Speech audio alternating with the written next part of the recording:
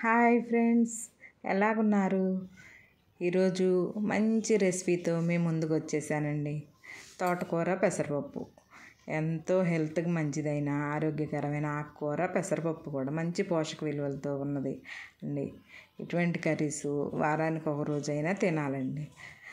దీనికి కావాల్సిన ఏంటో ప్రిపేర్ చేసుకుందామండి.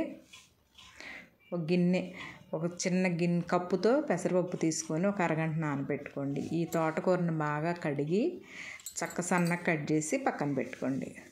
స్టవ్ మీద బాండి పెట్టుకొని 1 స్పూన్ తిరగమాత దినుసులు వేసుకొని 3 స్పూన్లు ఆయిల్, 1 స్పూన్ తిరగమాత దినుసులు వేసుకొని తిరగమాతని బాగా ఏగనివ్వండి. చక్కగా ఏగిన తర్వాత పెసరపప్పు హెల్త్కి మంచిదండి. ఆ తోటకూర ఆకుకూర కాబట్టి అది హెల్త్కి మంచిది. 2 ఎండుమిర్చి, కరివేపాకు వేసుకొని 1 మీడియం సైజు ఉల్లిపాయని కట్ చేసి తాలింపు వేసుకోవాలండి. తాలింపు వేసుకొని మనం కట్ చేసి పెట్టుకున్న తోటకూరను కూడా ఈ తాలింపులో వేసేసుకోవాలి. వేసుకొని దీనిలో మనం నానబెట్టుకున్న పెసరపప్పును కూడా వేసేయండి. వేసేసి తాలింపులో ఈ 2 బాగా మిక్స్ అయ్యేటట్టు మిక్స్ చేయండి. కాసేపు ఆ తాలింపులో ఆ నూనెలో మిక్స్ అవ్వాలండి.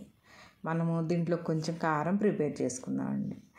10-15 వెల్లుల్లి రెబ్బలు, 1 స్పూన్ జీలకర్ర, 1 స్పూన్ కారము, 1 స్పూన్ ఉప్పు వేసుకొని మిక్సీ పట్టుకుందామండి. ఇట్లా కచ్చాబచ్చిగా పట్టుకుని పక్కన పెట్టుకుందాం. ఈ కారం వేస్తండి చాలా టేస్ట్ వస్తుంది. మామూలు కారం కూడా వేసుకోవచ్చండి, కానీ నేను ఇలా వేస్తానండి. చూసారా, తోటకూర పెసరపప్పు చక్కగా మగ్గిపోయింది. దీన్ని ఒక్కసారి మిక్స్ చేసి దీంట్లో కొంచెం పసుపు, కొంచెం మనం తగినంత ఉప్పు వేసుకొని బాగా మిక్స్ చేయండి. చక్కగా మంచి తోటకూర ఫ్లేవరు, పెసరపప్పు ఫ్లేవరు చాలా టేస్ట్గా నూనెలోనే మగ్గుద్దండి. నీళ్ళు తగలవు కదా, నూనెలో పొడిగా ఉంటుందండి. నూనెలో మగ్గేసరికి ఆ 2 ఫ్లేవర్స్ పోవండి, చక్కగా ఉంటుంది. చక్కగా కలిపేసేసి మనము తోటకూర పెసరపప్పు, తోటకూర కొంచెం మగ్గాలండి. మగ్గితే కొంచెం మగ్గేదాకా చూసుకుని పెసరపప్పు ఇది ఉందండి, మనం కొట్టి పెట్టుకున్న కారాన్ని మిక్స్ చేయండి. దాంట్లో మిక్స్ చేసుకొని